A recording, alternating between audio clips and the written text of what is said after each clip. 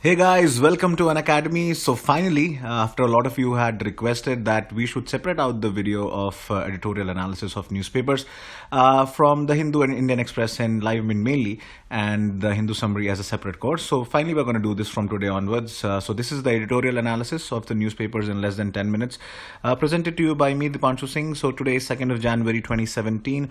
So in case you want to read and know more about me, you can go through this slide. And if you want to follow me on Academy to get updates on my courses and on my videos, you can definitely click this link and copy paste this link in your browser as well.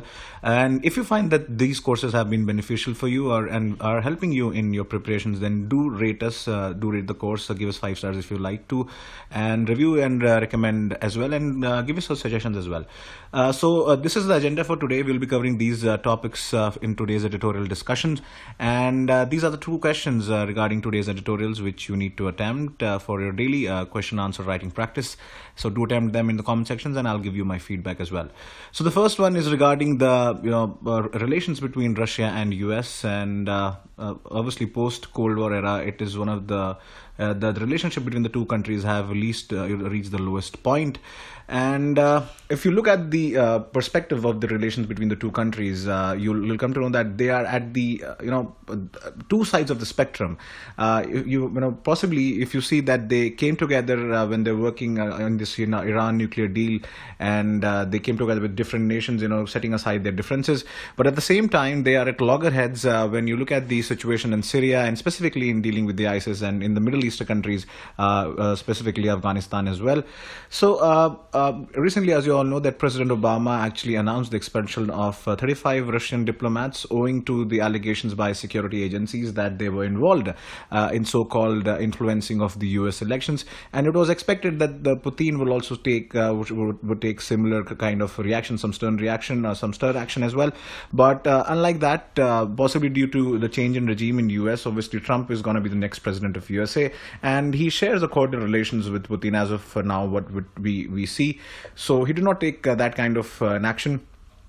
And historically, if you see, ranging from Nazism to communism, this American foreign policy has been on the notion of an irreconcilable enemy figure in a binary world of good and evil. So if you are with the US, they are generally standing by the good, and if you're not standing with them, you are generally with the side of the evil.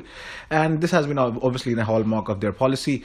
And Bush actually tried to revive this policy of Cold War logic post 2001-2002 Iraq invasion and Afghanistan issue.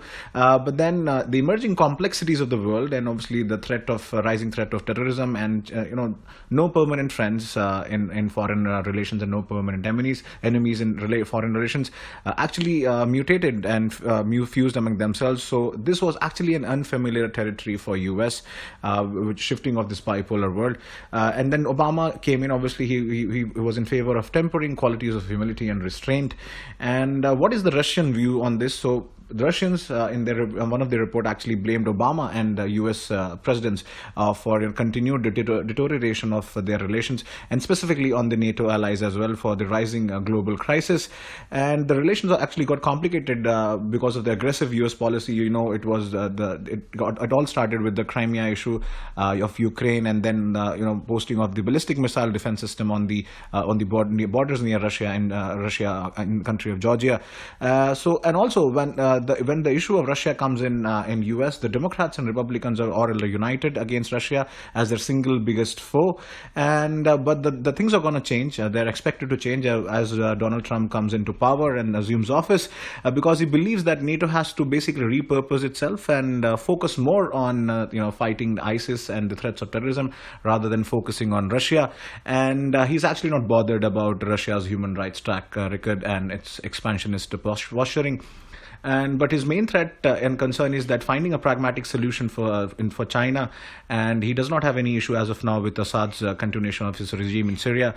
But otherwise, the major issues which will be for his under his importance will be the issue about Iran, possibly cancellation of nuclear deal. So we have to see what turns up after that, and obviously the issue of Afghanistan and Taliban, rising influence of Russia's involvement in Afghanistan's Taliban. as you know, that Obama theorized the polycentric world, but actually Putin had very successfully done a good job in navigating and striking strategic and economic deals with India, countries like India, China, Pakistan specifically. So if the resetting of ties takes place, it could actually trigger a cascade of geostrategic realignments across the world, which will definitely have implications for India, and possibly the best course for them will be the following the non-alignment part. So we'll have to see accordingly which side the India aligns to, because obviously US is one of the biggest partners of India now, and Russia is our historic partner. The next one is regarding the SARI survey, the Social Attitudes Research India. So this survey today is specifically focusing on attitude of people towards government's reservation on marginalized sections of India. So they all opposed, even well-educated families, they all opposed government's reservation. Most of them opposed government's reservation towards these people. And the three major reasons cited was based on merit, because they think there has been some leniency provided to the people of the marginalized sections in terms of education and employment, but they failed to and ignore the important disadvantage that people from reserve categories actually face historically in going to school. And most of the qualities of answering a test or being good at interviews depends on a lot of your upbringing and the environment which you are brought up in. So that historically and considerably are the people from disadvantaged sections face the heat of that.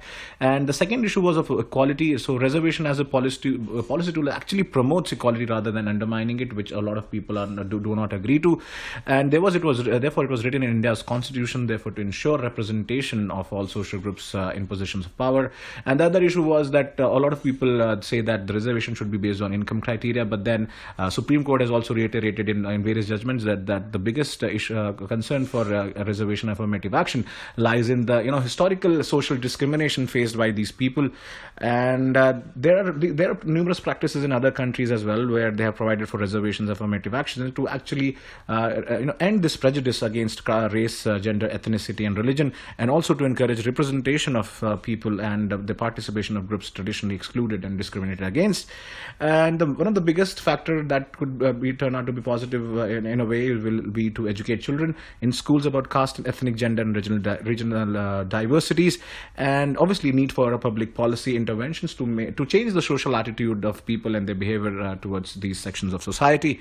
The next one is a Livemint article on the anti-profiteering measures which is necessary, which is included in the revised draft model GST. So there will be there is a recommendation of setting up an authority that will examine whether any reduction in a business or cost base, basically the effects of reduction of cost base for of tax rate in GST is passed on to the end consumer. So it will basically monitor the prices the business charge for goods and services. The major issue is that there's no clarity on its authority on how it will be set up and implementation, and overseas experience specifically in Australia and Malaysia is not too good. Australia specifically was the first country to do this, but then it was more of a recommendatory body, and Malaysia faced a lot of litigation. And obviously from a business point of perspective, exploiting customer is not a viable option, and generally in countries like India which have a competitive market, the market forces actually in the end determine which ensure that any reduction in India's business cost base will flow through to lower prices.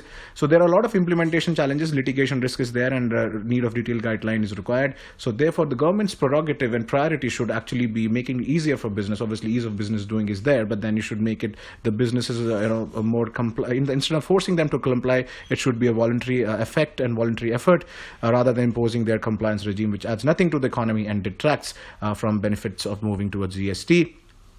The last article today is regarding the Supreme Court Supreme Court order on the demonetization, which was done previously 38 years ago. So there was a petition challenging it, and which actually took 18 years to deliver its judgment in Jayanti Lal Ratan Chand Shah versus Reserve Bank of India. So the petitioner said that the ordinance which was passed by Parliament violated their fundamental rights and Article 31 of right to property. But eventually the judgment said that the purpose was stated by the government was justified on the ground that for the purpose it was set up to do, and it did not violate the fundamental rights as such. So important this case. And there are two articles which probably I'm thinking of covering in tomorrow's lesson. This one is regarding the Livemint of return of uncertainty. It's about the post-truth, the era of post-truth that is one of the most famously used words this year, about post-truth and changing dynamics of globalization. And this one is about the permanent arbitration permanent tribunal on water issues. So this is it for today, guys. Let me know what you think of the video. Till next video, thank you so much and have a good day.